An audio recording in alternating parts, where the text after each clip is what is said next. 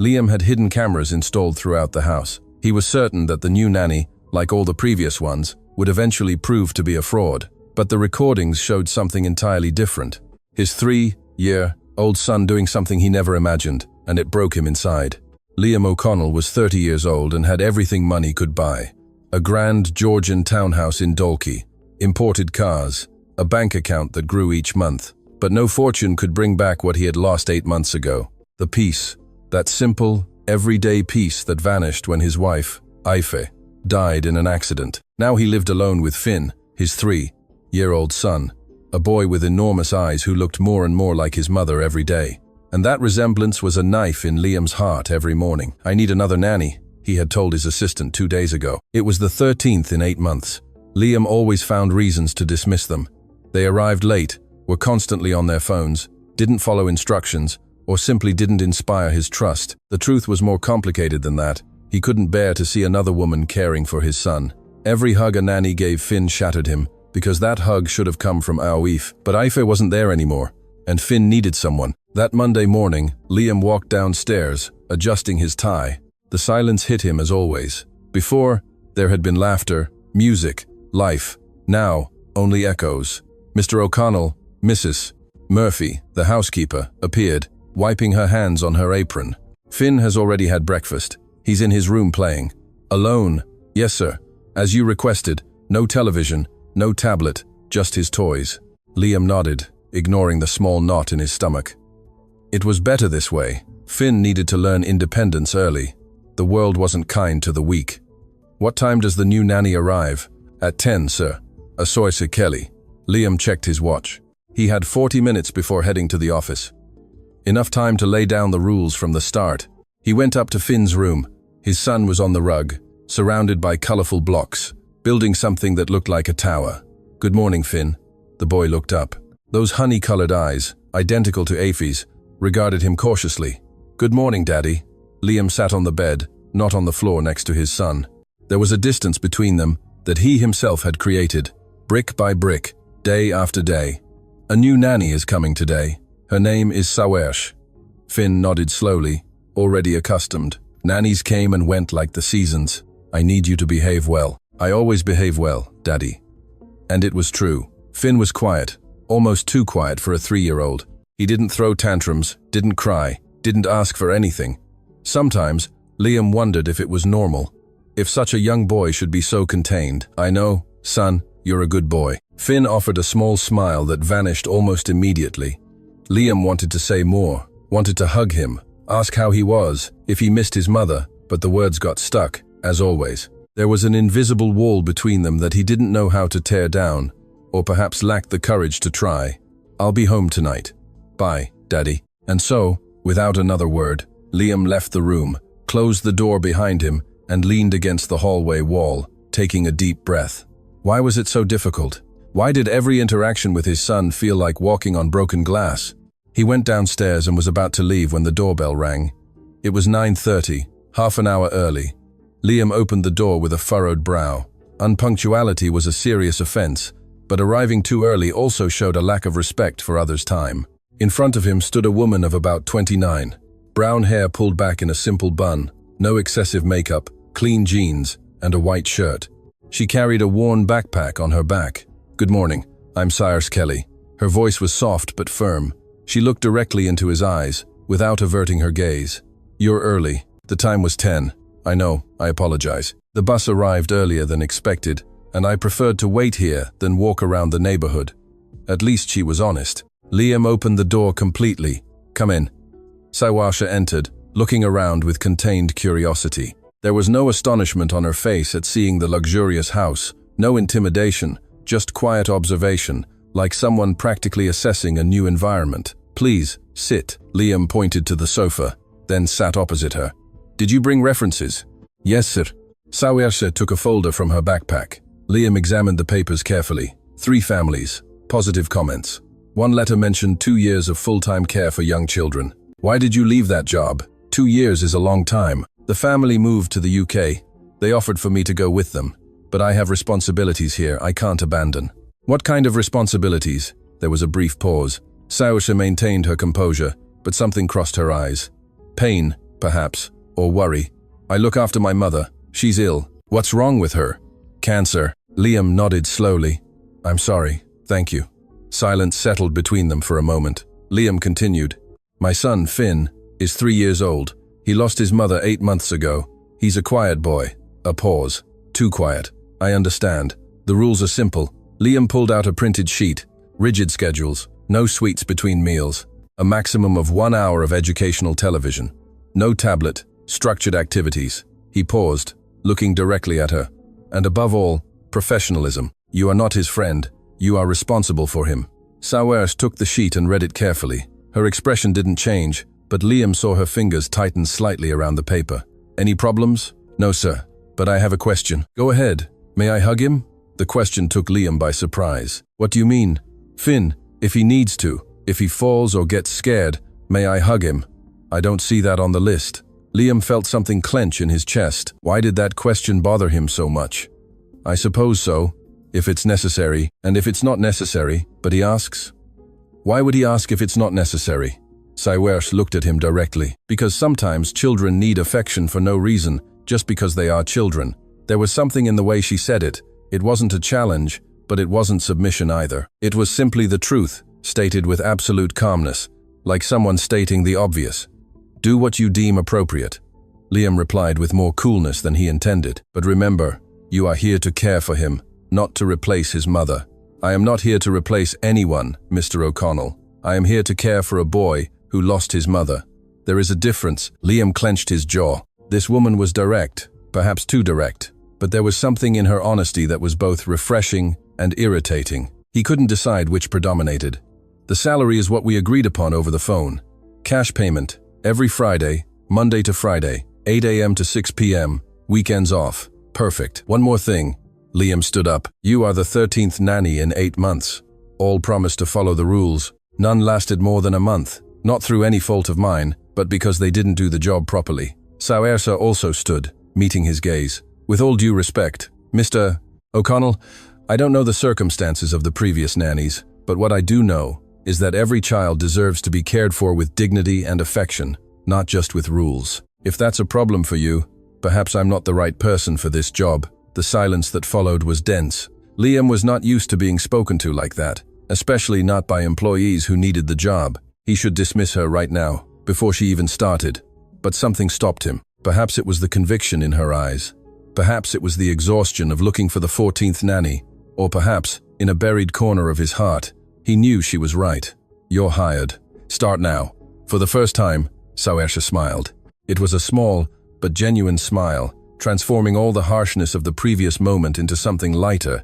Thank you, Mr. O'Connell. Mrs. Murphy will show you where everything is. I'm off to work. I'll be back at 7. Understood. Liam picked up the folder and headed for the door, but before leaving he stopped. Sawers? Yes? Finn is all I have left. If anything happens to him, if he suffers in any way under your care, nothing will happen. Sawers interrupted firmly. You have my word. Liam nodded and left in his car for the office. He couldn't get Sawars's image out of his head. There was something about her that was different from the others. It wasn't the desperation to keep the job. It wasn't fear or submission. It was confidence, as if she knew exactly what she was doing and didn't need his approval to do it well. This bothered him because Liam O'Connell needed control. Control over his company, over his home, over every aspect of life that fate hadn't snatched from him. And this woman, with her firm composure and direct questions, threatened that control in a way he couldn't name. He took out his phone and searched for a saved contact. Emerald Eye Security Systems. He had thought about it before, after Nanny number 8. It had always seemed excessive, an unnecessary invasion of privacy. But now, with this woman in his house, with his son, something in his chest told him he needed to know, needed to see, needed to be sure. He dialed the number. Good morning, Emerald Eye Security Systems. How can I help you? I need to install security cameras, discrete cameras throughout my house. Of course, sir. When would you like us to come? Liam looked at his watch. Soysa had just started. Finn was with her at this very moment. Today, this afternoon, after 7 p.m. Perfect. Address? Liam provided the details and confirmed the quote, which he barely registered because money was no object. He leaned back in the car seat, watching the Dublin traffic move slowly in front of him. He wasn't being paranoid. It was reasonable precaution. He had a right to know what was happening in his own home with his own son, didn't he? But even as he repeated these justifications to himself, a small voice in his head, a voice that sounded suspiciously like Aph's, whispered, "Who are you trying to convince, Liam?" He ignored that voice, as he had learned to ignore so many things in the past 8 months. In the house, Saoirse walked upstairs, following Mrs. Murphy. "The boy's room is here." The housekeeper pointed to a door with a dinosaur-decorated plaque reading Finn. "He's a lovely child, quiet, never gives any trouble." "And is that good?" Saoirse asked softly. Mrs. Murphy looked at her in surprise. "Well, of course, it makes things much easier. Or perhaps it makes it easier not to see when something is wrong." Before the housekeeper could respond, Saoirse knocked on the door. "Finn, it's Saoirse. May I come in?" Silence. Then a small voice. "You can." Saoirse opened the door and entered. The room was perfect. Too perfect. Everything organized, clean, every toy in its place. Walls with professional murals of dinosaurs and astronauts, a canopy bed, a bookshelf full of books, ordered by size. And in the middle of all that perfection, sitting on the rug was Finn, a small boy with huge, serious eyes that watched her cautiously.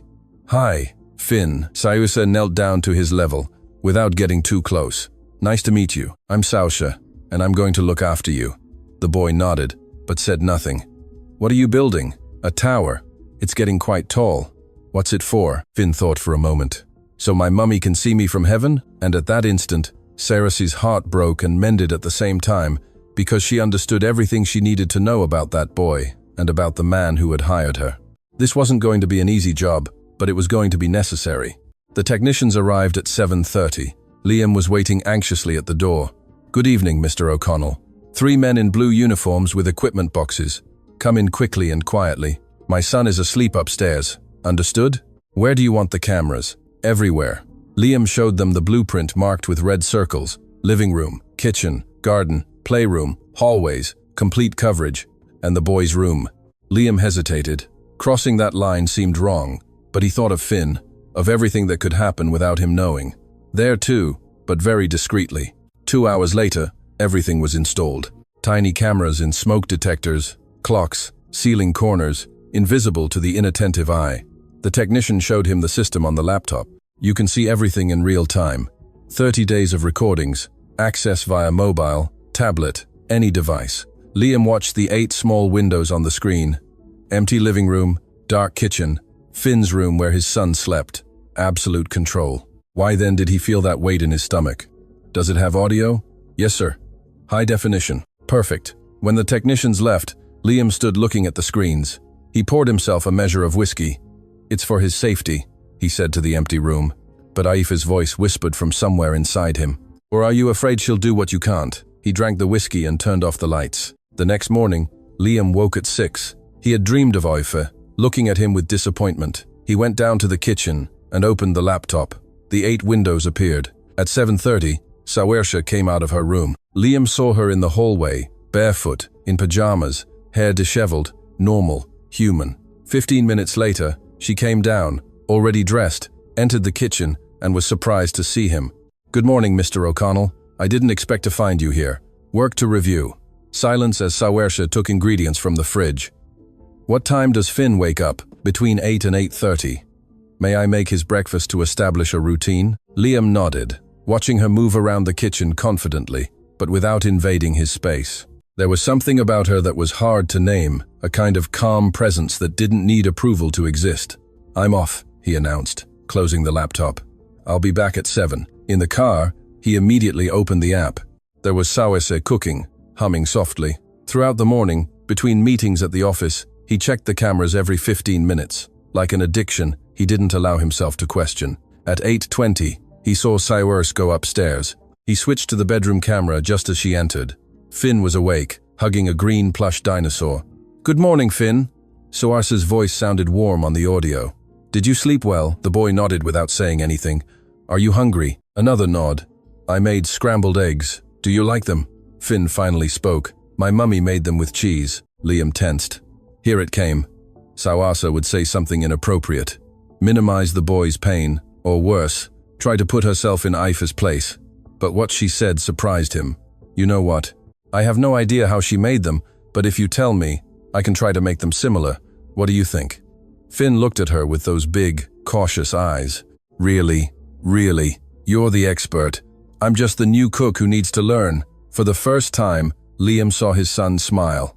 Just a small curve, but real. She put yellow cheese and stirred a lot. Perfect. Come downstairs with me and help me. Can I? Of course. You're part of the team. Liam watched them go downstairs. Saoirse didn't carry the boy, didn't hold his hand, simply walked beside him.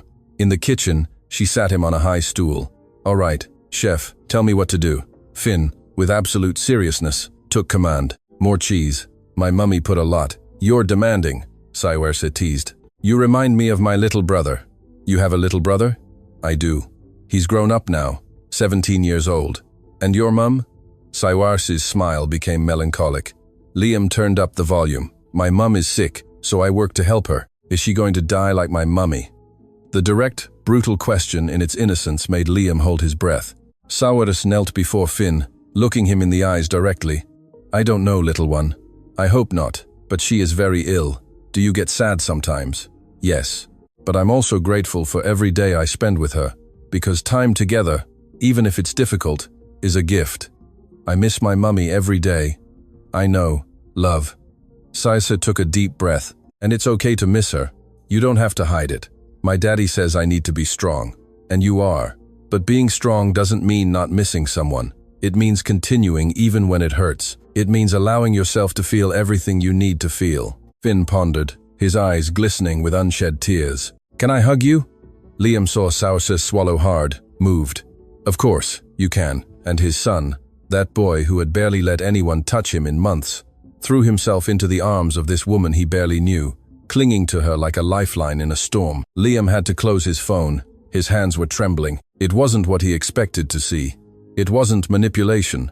It wasn't a nanny trying to win over a child with false promises. It was genuine connection. Two people who understood each other's pain, who recognized each other in shared suffering. And he, hidden behind cameras and screens, observing from the shadows, was the only one who remained completely alone. The only one who refused to feel. The rest of the day was a blur. Liam tried to concentrate on meetings but kept returning to his phone. He saw Finn in the garden chasing butterflies, eating lunch together, while Saoirse told stories that made Finn laugh. During nap time, she read to him in a low voice and stayed with the boy, stroking his hair until he fell deeply asleep. Every scene confirmed what he didn't want to admit. Saoirse wasn't the problem, he was the problem. At 6 p.m., Liam arrived earlier than usual. He heard laughter coming from the living room, found Saoirse and Finn building a fort with sofa cushions. Daddy! Finn ran towards him with an enthusiasm Liam barely recognized. Look how big it is. It's a castle, Saoirse explained, getting up. He's the king, and I'm the dragon protecting it. Clean it up before dinner, no rush. She made an encouraging gesture. Want to come into the castle, Daddy? Finn took his hand. A physical connection they hadn't had in so long that Liam was paralyzed for an instant. I have work to do. The light in Finn's eyes dimmed a little. Okay. And in that moment, Liam saw the disappointment. Not anger, not a tantrum, just the quiet resignation of a boy accustomed to his father not being present. Maybe later, he tried to soften. Yes, later. But they both knew there would be no later.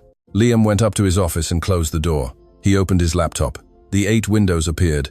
Downstairs, he saw Saoirse kneel beside Finn. You know what? Your daddy works very hard to give you everything you need. That's also a form of love. But I don't need things.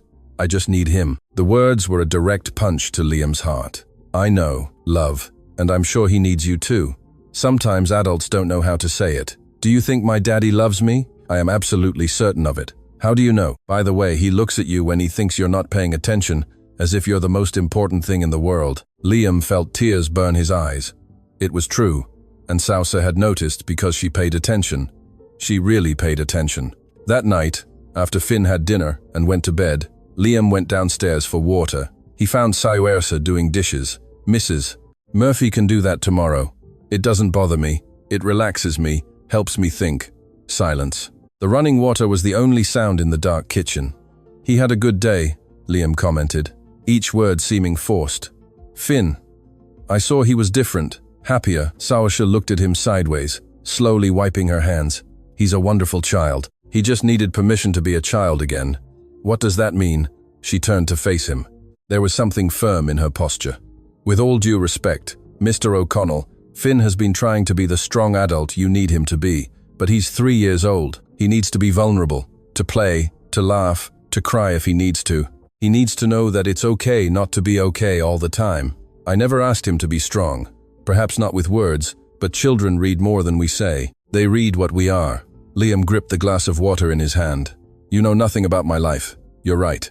I know nothing about your life, your pain, what it's like to lose the wife you loved, but I know about children, and I know when one is carrying a weight that isn't theirs. Pause.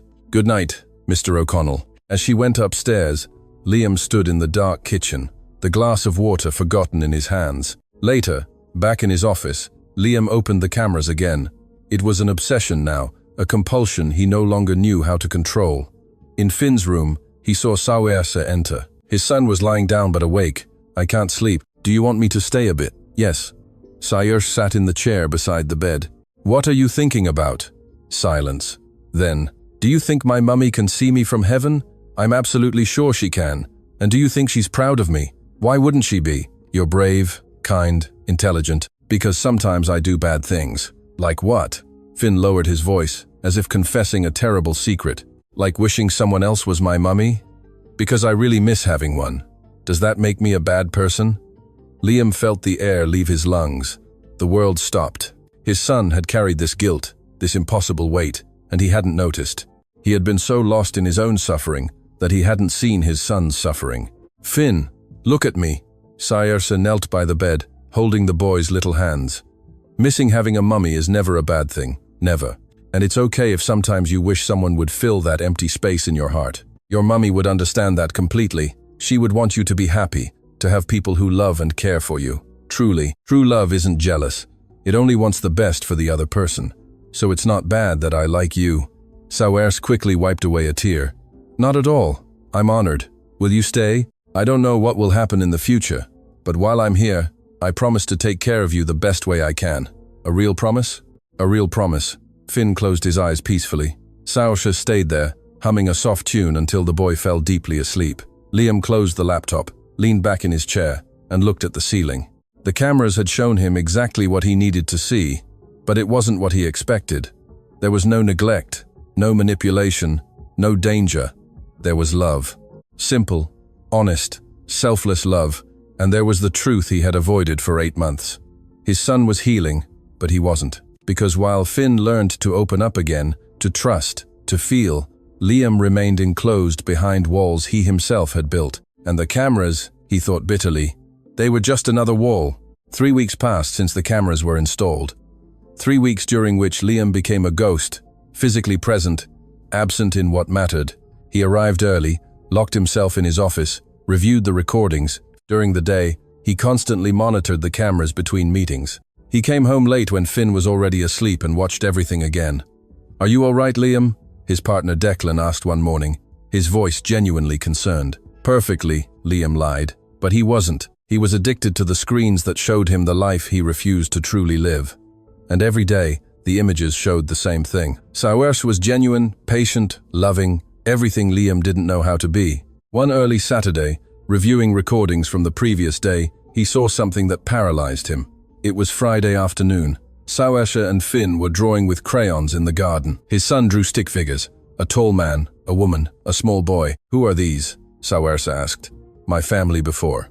Liam leaned into the screen, turning up the volume. Your mother, your father, and you. Saoirse looked at the drawing. And how is it now? Finn picked up another crayon and drew the boy alone in one corner, the tall man in the other corner, and between them a huge empty space. Like this, he said simply. Liam's heart broke. Why are they so far apart? Because my daddy doesn't want to be close. I think I remind him of my mummy, and that makes him sad. Did he tell you that? No, but I know because when he looks at me, his eyes get sad and then he leaves. Saoirse sat on the ground beside him. You know what I think? What? I think your daddy loves you very much. So much that he's scared. Scared of what? Scared of losing you like he lost your mummy. Sometimes, when people are very scared, they push away what they love most. Not because they don't care, but because they care too much. Finn thought about it. But that doesn't make sense. If he loves me, why doesn't he stay with me? Because fear doesn't always make sense, little one. Fear makes us do things that hurt, even when we don't mean to hurt anyone. Are you scared too? All the time. I'm scared of losing my mum, of not being enough for you, of failing. But you're not failing. You're the best. Saoirse smiled, her eyes full of tears. Thank you, Finn. That means a lot to me. Saoirse? Yes? Do you think my daddy will stop being scared one day? I hope so, because he deserves to be happy. And you deserve a daddy who is present. Not just in the house, but here. She touched the boy's chest over his heart, where it really matters. Liam paused the recording, staring at the frozen screen. His son's words haunted him. When he looks at me, his eyes get sad and then he leaves. Finn thought he pulled away because the boy reminded him of Aife, that his son's presence made him suffer. Yes, Finn did remind him of Aife, but Liam pulled away for another reason. He pulled away because every time he looked at his son, he saw his own failure, his fear of loving and losing everything again. He closed the laptop, went down to the kitchen. It was 6 a.m. The house was silent. And then he heard a scream coming from upstairs. He ran up. The noise came from Finn's room. He burst open the door and found his son sitting in bed crying, the covers tossed. Nightmare, Finn. The boy looked at him with huge eyes, full of terror. Daddy. For the first time in months, Liam didn't think, didn't calculate, didn't pull away. He simply crossed the room and hugged his son. Finn clung to him as if he were the last person in the world. He sobbed against his father's chest, his small fingers clenching the pajama shirt. I'm here, son. I had a horrible dream. I dreamed you were leaving too, that you were leaving me alone. I'm not leaving, I promise. Really? Really? Liam heard footsteps in the hallway. Saoirse appeared at the door, concerned. I heard shouts. Is he all right? Yes. It was a nightmare. Saoirse nodded. There was something in her gaze. Understanding. Hope. Do you need anything? Liam shook his head negatively, without letting go of his son. He held Finn until the boy fell asleep again. When he laid him down, his son seemed so small, 3 years old and so much suffering. Forgive me, Liam murmured, stroking his son's hair. Forgive me for not being here. Forgive me for being so scared. He left the room and found Saoirse in the hallway. She was leaning against the wall, waiting. Thank you, she said. For what? For not coming in. For letting you two have that moment.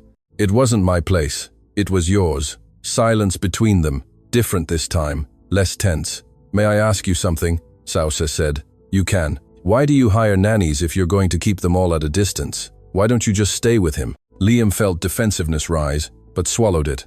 This woman deserved honesty, because I don't know how. Aif was the expert at being a mother. I was the provider, the one who worked, who paid the bills. And now she's not here anymore, and Finn needs me, but I don't know what to do. I don't know how to be what he needs. Do you know what he needs? What? You. That's all. He doesn't need perfection. He needs presence. I just was present, and I don't even know if I did it right. You hugged him when he was scared. That was all he needed at that moment. And you did it right. Liam felt something release in his chest. How do you make it seem so simple? Because it is simple. Love isn't complicated. We are the ones who complicate it with our fears. 2 more weeks passed. Liam continued to review the cameras, but something had changed. He no longer looked for negligence. He sought to learn, and slowly he began to change. He arrived home earlier, had dinner with Finn, read stories before bedtime. His voice was still stiff at times, the words chosen too carefully, like someone out of practice. But Finn looked at him as if he were the best gift in the world. One afternoon, reviewing the previous day's recordings, Liam paused at a conversation that made him stop. Saoirse was folding laundry. A simple, domestic activity. Saoirse, can I ask you something? Always. Why are you so nice to me? She stopped folding and looked at him. Why wouldn't I be? Because the other nannies were nice at first, but then they got tired. They said I was too quiet, too serious, too boring. Liam felt anger rise. What kind of people said that to a 3-year-old child? Finn, look at me. Saoirse knelt before him. You are not boring. You are thoughtful, observant, intelligent, and being quiet is no flaw. It means that when you speak, your words have weight. Do you really think that? I do. And do you know what else I think? What? That anyone who doesn't see how special you are doesn't deserve to be near you. Finn smiled, that small smile that was appearing more frequently lately. Saoirse? Yes, I love you. Liam saw Saoirse freeze, saw her eyes fill with tears that she fought to hold back. I love you too, little one. Very much. Then, Finn asked something that made Liam's world stop. Can you be my new mummy? The silence in the recording was deafening. Saoirse closed her eyes, took a deep breath. When she opened them, there was pain and love mixed in her expression. Finn, my love, I can't be your mummy. No one can replace your mummy. She was unique and special and will always be your mummy. But she's not here, I know, and that's very difficult. But I can be someone who loves you very much, someone who cares for you, someone who will always be here for you, as long as I can. Okay, Finn thought for a moment. What if I call you what I called my granny, Auntie Soerse? Sorsa smiled through her tears. Auntie Soerse, I love that. So you're my Auntie Soerse, and you love me. I love you with all my heart. Liam paused the recording. His phone vibrated. A message from Declan about an urgent meeting. He ignored it. For the first time in weeks, he completely turned off his phone, closed his laptop, went downstairs. It was a Friday afternoon. Laughter came from the garden. Liam went out the back door and found Soerse pushing Finn on the swing. Higher, Auntie Saisha. Higher. Are you sure? I am. When they saw him, the laughter stopped, as if his presence automatically extinguished the joy. That hurt more than he expected. May I? Liam pointed to the swing. Finn looked at him, confused. You may… what? Push you. His son's face lit up. Really? Saisha stepped back, giving space. She gave Liam an encouraging smile before discreetly retreating inside the house. Liam stood behind the swing. His hands trembled slightly. Such a simple thing, something thousands of parents did every day. For him, it felt like climbing a mountain. He pushed gently. Stronger, Daddy. He pushed harder and heard something he hadn't heard in months. His son's laughter, real, complete, unreserved. More. Liam pushed even harder, and as he watched Finn fly forward and back, something inside him began to heal. Not completely.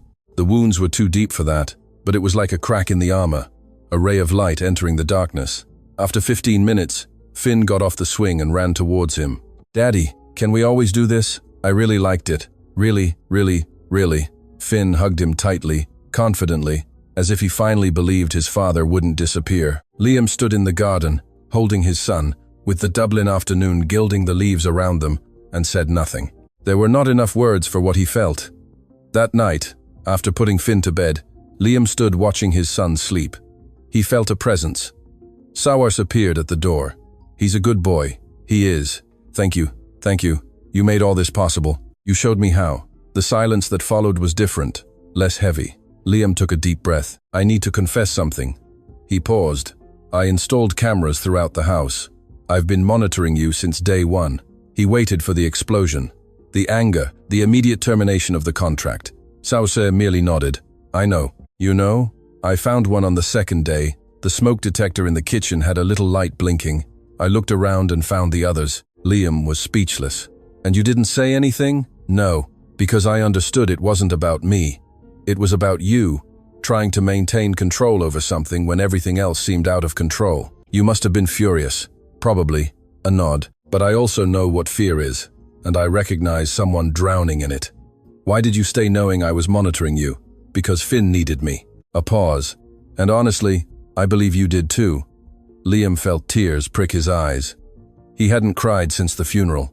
He had promised himself he would never cry again. But now, standing in the dark hallway with this woman who had seen him at his worst and hadn't judged him, the tears began to fall. I don't know how to fix this. I don't know how to be a father without Aif. I don't know. You don't have to fix everything at once. Soerse's voice was soft, firm. You just need to be present one day at a time, one moment at a time. And if it's not enough, it will be enough, because it's real.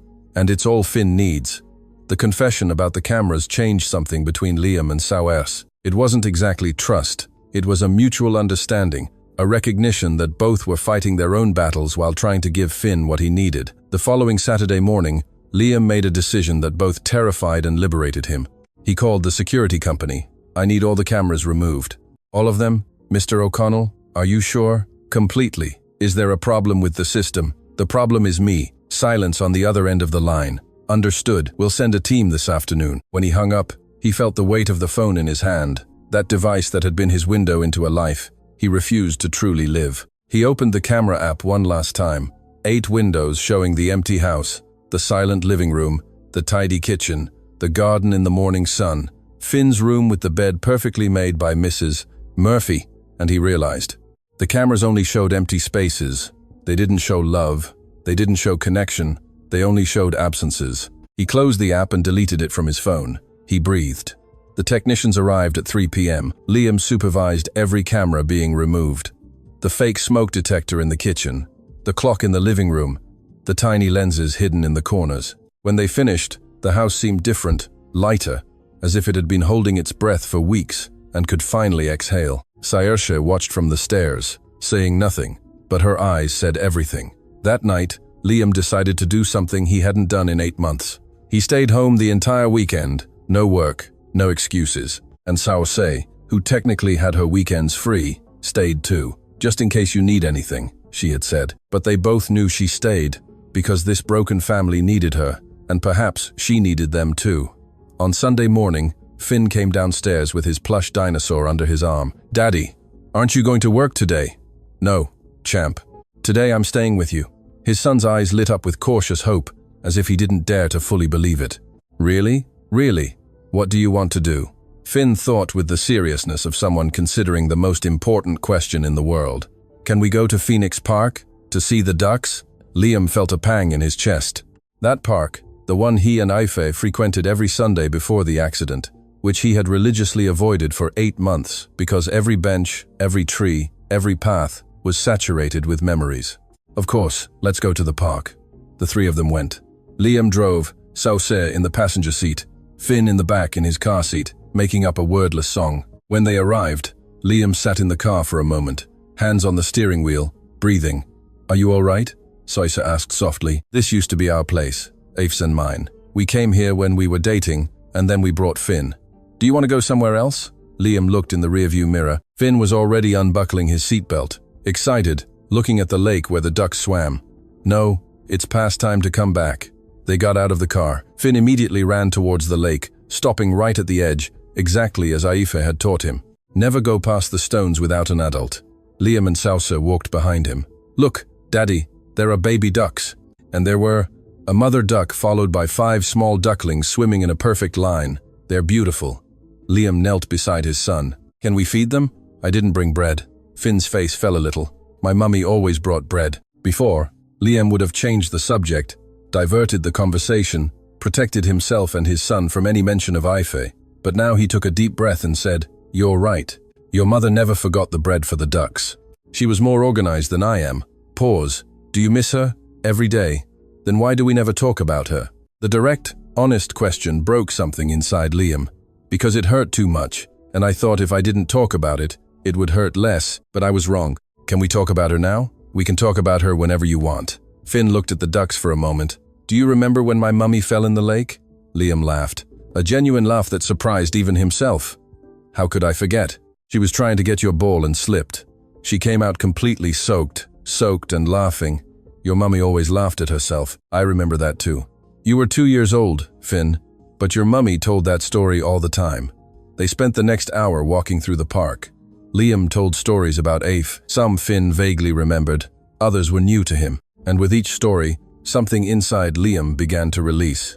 The pain was still there, it probably always would be, but it was no longer a pain that paralyzed him. It was a pain that flowed, that breathed, that existed alongside the good memories, without devouring them. Saoirse walked a few steps behind, giving them space, but always present. At one point, Liam turned, and she smiled at him, a small smile that said, "You're doing well." When they returned home, Finn was exhausted but happy. He fell asleep in the car, hugging his dinosaur. "It was a good day," Saoirse commented, as Liam carried Finn to his room. "It was like breathing after being underwater for a long time." That's a good description. After putting Finn to bed, Liam went downstairs and found Saoirse in the kitchen preparing tea. "Pour me a cup?" They sat at the kitchen table. The silence between them was no longer uncomfortable. It was quiet companionship. "May I ask you a question?" Liam broke the silence. "You may. Why do you do this? Why do you stay? It's not just about the job. You could get another job, one where the boss doesn't spy on you and question everything." Saoirse sipped her tea slowly before answering. "Do you want the simple answer or the true one?" "The true one. Because I see something of myself as a child in Finn. That feeling of loss, of not fitting into the world without the person who made you feel safe." A pause. "My father died when I was 4 years old. My mother had to work 3 jobs to support us. She was physically there, but emotionally absent. The pain consumed her. And that helped you understand me?" It helped me understand that adults also break, and that sometimes they need time to learn how to put themselves back together again. Did your mother manage to put herself back together? Sauersa's expression darkened. In time, but it took years, and by the time she was finally ready to be present, I had already grown up. We lost those years. A pause. I don't want you and Finn to lose yours. Liam felt the weight of those words. I'm sorry about your mother, about you. Thank you, but she also taught me something important. It's never too late to start over. When I was 17, we reconnected, and now, even with her illness, we have a beautiful relationship, different from what it could have been, but real.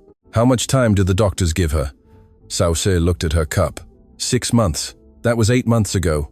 I'm so sorry. Me too, but I'm grateful for every day, and I try not to waste the time we have.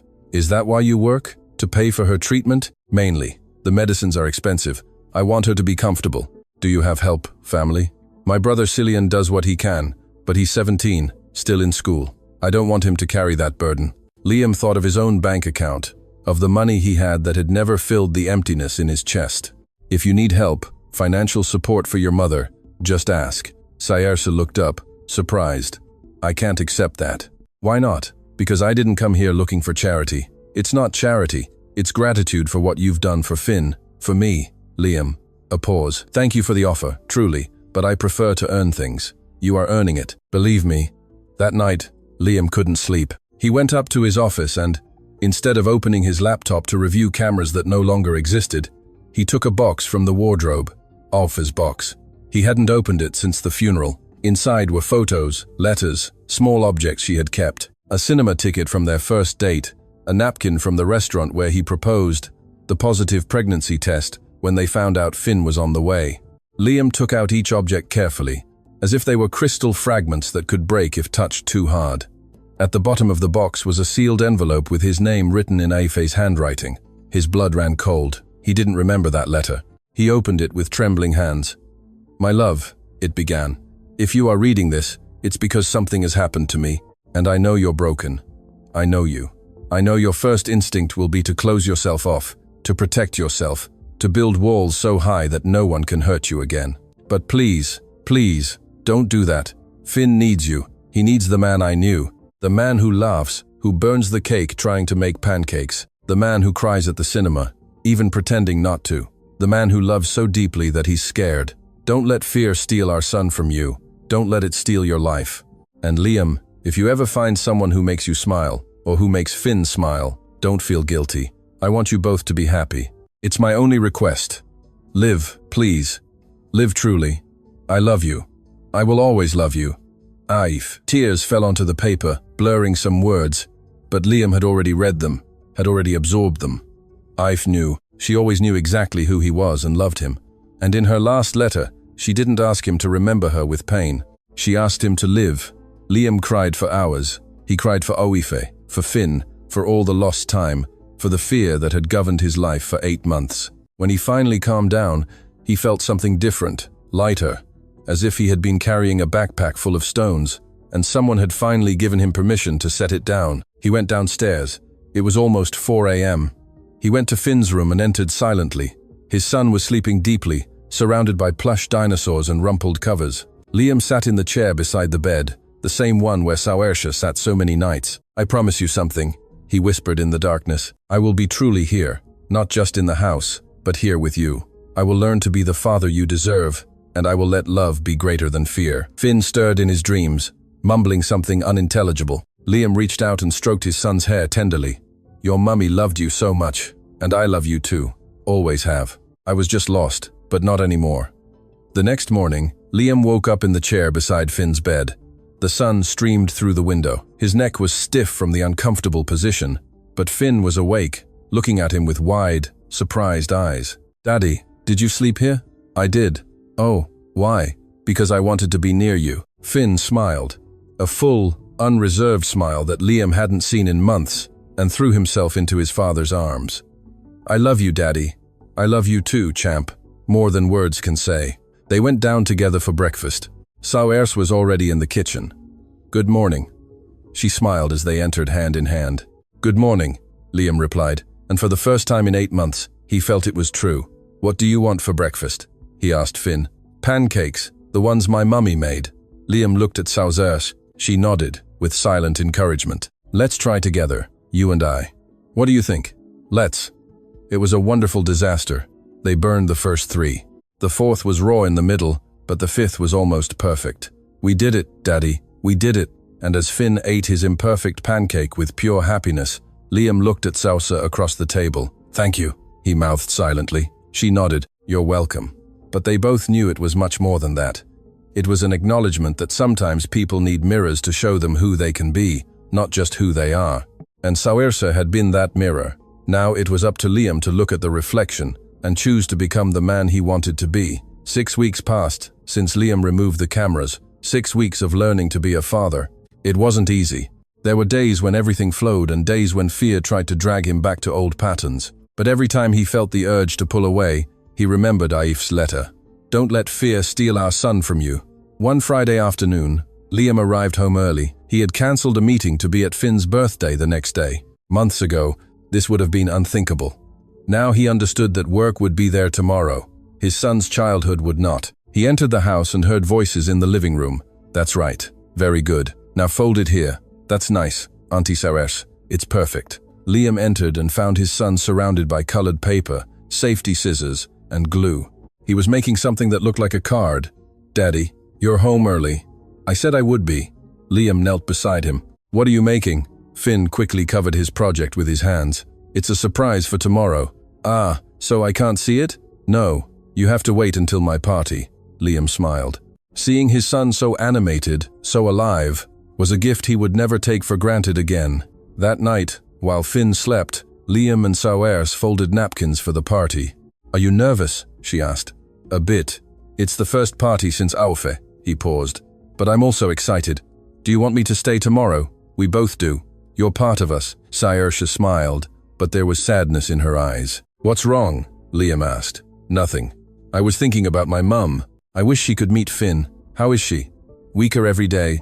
The doctors say maybe a month, maybe less. Are you spending enough time with her? As much as I can. I go there every night after putting Finn to bed. My brother Cillian stays during the day while I'm here. Liam felt a weight in his chest.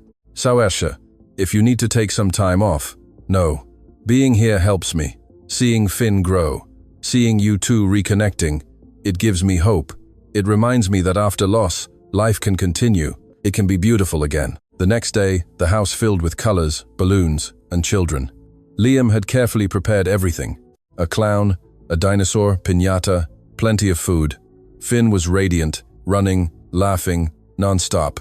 Daddy, come play. And Liam did. He sat with the children, played hide and seek, got covered in cake. He finally understood. Life was in these moments, in his son's laughter, in being completely present. When it was time for cake, everyone sang. Finn blew out the candles with force, closing his eyes to make a wish. What did you wish for? A little friend asked. I can't say. If I say it, it won't come true. Afterwards, as the guests were leaving, Finn got his secret project. Daddy, close your eyes. Liam obeyed, feeling the anticipation in his son's voice. Now open. In his hands, Finn held a handmade card. On the cover were 3 drawn figures, a tall man, a boy, and a woman. But this time they weren't separated by empty spaces. They were together, holding hands, with a bright yellow sun above. It's our family, Finn explained proudly. You, me, and Auntie Saoirse. Liam felt a lump in his throat. It's beautiful, son. Open it. Inside, in wobbly letters written by a 4-year-old's hand, it read, Thank you for coming back, Daddy. I love you. Tears streamed down Liam's face, unchecked. Are you sad? Finn asked worriedly. No, champ. I'm happy. So happy my heart feels like it will burst. Finn hugged him tightly. I'm happy too. That night, after everyone had left, and Finn finally fell into bed, exhausted but happy, Liam stood watching his son sleep. Saoirse appeared at the door. It was a perfect day. Thanks to you. Thanks to us. This wasn't one person's doing. You had the courage to change. That's no small thing. Something in the air changed. A subtle electricity. Liam stood up and walked towards her. Saoirse, I need to tell you something. These past weeks, you've become part of our family, and I'm starting to feel things I don't know if I should feel. Saoirse took a step back. Liam, I know. It's complicated. Aif left me a letter telling me that if I found someone who made me smile, not to feel guilty, that she wanted me to be happy. I don't know what to say. You don't have to say anything. I just needed you to know, because when I'm with you, when I see how you love Finn, how you help me find myself again. A pause. I feel something I thought I would never feel again. Saoirse had tears in her eyes. I feel something too, but it's complicated. I know. And your mother? I know. And I'm not asking for answers. I just wanted you to know that when you're ready, if you're ever ready, I'll be here. She nodded, wiping her tears. I need time. Take all the time you need. Saoirse left the room, leaving Liam with his heart exposed and vulnerable. But he didn't regret it because Awife was right. Life was meant to be lived completely, with all the risk and all the possibility of pain that implied. 2 weeks later, in the early hours of a Tuesday, Saoirse's phone rang. Liam heard her hurried footsteps, her broken voice speaking to someone. He went downstairs, found her in the living room with the phone in her hand, crying. What happened? My mother... Her voice broke. An hour ago. My brother Cillian called me, but I didn't. I didn't get there in time to say goodbye. I was asleep. I was so tired I fell asleep, and she died alone. Liam hugged her without thinking, and she crumpled in his arms. I'm so sorry, so sorry. She wasn't alone. Your brother was there, and you did everything you could. You were with her every night for months, but not at the end. The end is just one moment. You gave her love her whole life. That's what counts. They stayed like that for a long time. Saoirse crying, Liam holding her, giving the same kind of comfort she had given Finn so many times. The next few days were a whirlwind. The wake, the formalities, the raw pain. On the night of the burial, Saoirse returned exhausted. How are you? Liam poured her tea. Numb, sad, relieved she's no longer suffering. That's normal. How did you cope when Aifé died? I didn't cope. I ran away and almost lost Finn.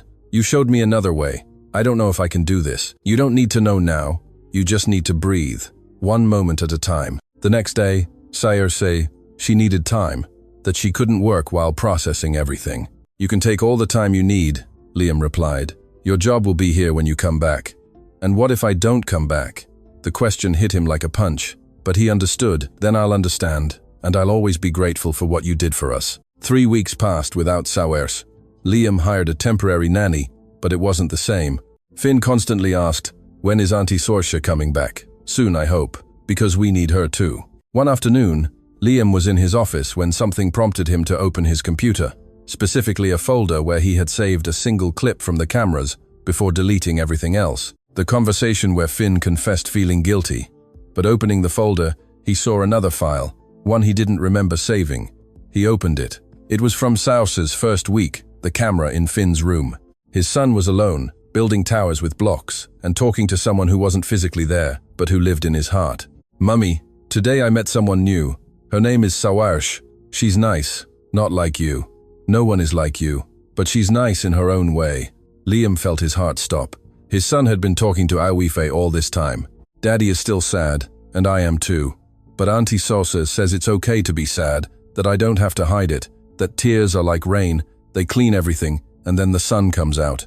Tears began to stream down Liam's face. Mummy, is it okay if I like her? Forgive me? I don't want to replace you. I just feel less alone when she's here. In the recording, Finn built his tallest tower. This one is for you, Mummy, so you can see me from heaven, so you know I remember you, that I always will. A pause. And it's also okay if I keep living, isn't it?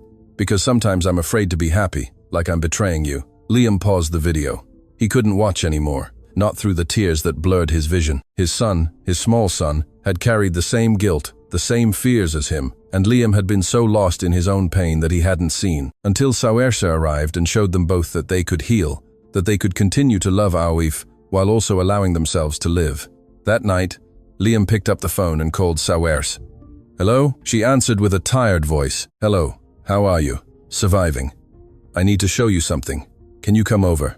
Liam, I don't know if I'm ready. Please, it's important. An hour later, Saoirse was in the office. Liam showed her the video. She cried as she watched. When it finished, she wiped her tears. That boy has such a pure heart. A pause, like you. You both taught me that love isn't betrayal, that you can honor the past while embracing the present. Why did I show you this? Liam continued. Because I need you to know something. It doesn't matter if you decide to come back or not. It doesn't matter if what's between us becomes something or stays a friendship. What matters is that you saved my family. You saved me. And I want you to know, when you think of your mother, that her last gift was giving you the strength to save other people. Saoirse sobbed. She would have loved to meet Finn. I know, but her love lives through you. And through you, it touched our lives in a profound way. Silence. Is he awake? Saoirse asked. He is. He hasn't been sleeping well since you left. May I see him? Of course. They went up to Finn's room. The boy was lying down, hugging his dinosaur, staring at the ceiling. Finn? Saoirse called softly. The boy turned his head. His eyes lit up. Auntie Saoirse! He threw himself into her arms. She held him tightly. I missed you, Finn sobbed. I missed you too. Will you stay? Saoirse looked at Liam over the boy's head. He nodded. Whatever she decided, he would support. Yes, she finally said. I'll stay. 3 months later, it was a quiet Sunday. Liam, Saoirse, and Finn were in Phoenix Park, the same park he and Aoife used to go to, but this time it was different. There were no ghosts, just warm memories, coexisting with new moments. Finn ran ahead, chasing butterflies. He's happy, Saoirse observed. He is, thanks to you, thanks to all of us. This wasn't one person's work. Liam took her hand. She didn't pull away. Do you know what I learned from all this? What? That love isn't finite. It doesn't run out. It doesn't divide. It only multiplies. Loving someone new doesn't mean abandoning those who are gone. It means the heart has learned to expand. Aoife was wise. She knew you well. I think she would approve of this. What do you want this to become? And what is this? I don't know, but I want to find out with you. Without rushing, without pressure, with honesty, one day at a time. Saoirse smiled. A smile that lit up her eyes, still marked by grief, but open to something new. I like that. I like it very much. Finn came running back, his cheeks flushed from activity and his eyes bright. Daddy, Auntie Saoirse, look, I found a blue feather. He held it with both hands as if it were the most valuable and fragile treasure in the world. It's beautiful. Saoirse knelt to see it up close. It's from my mummy, Finn said with certainty. She sent it to tell me she's okay, that she's happy, we're happy. Liam felt a lump in his throat. He didn't know if blue feathers came from heaven or simply from the park, but he knew his son had found peace, and that was all that mattered. You're right, he said, hugging Finn. Your mummy wants us to be happy, and we are happy. Liam looked at his son, looked at Saoirse, looked at the blue sky and white clouds and green trees. He looked at the life he had almost let pass him by. Yes, champ, we are happy. And for the first time since Aoife died, it was true. Not a perfect happiness, not a happiness without pain or scars, but a real happiness, built on honesty, presence, and the courage to love without guarantees. The cameras had shown him the truth, but the truth wasn't in what Saoirse did or didn't do. The truth was in what he refused to see, that the most powerful love isn't the one that protects from pain, it's the one that has the courage to feel it and move forward. If this story touched you in any way, leave that like you've been holding on to since the beginning. Tell me in the comments where you're watching from. Your comment is very important to me. Subscribe to the channel so you don't miss the next stories. Until next time.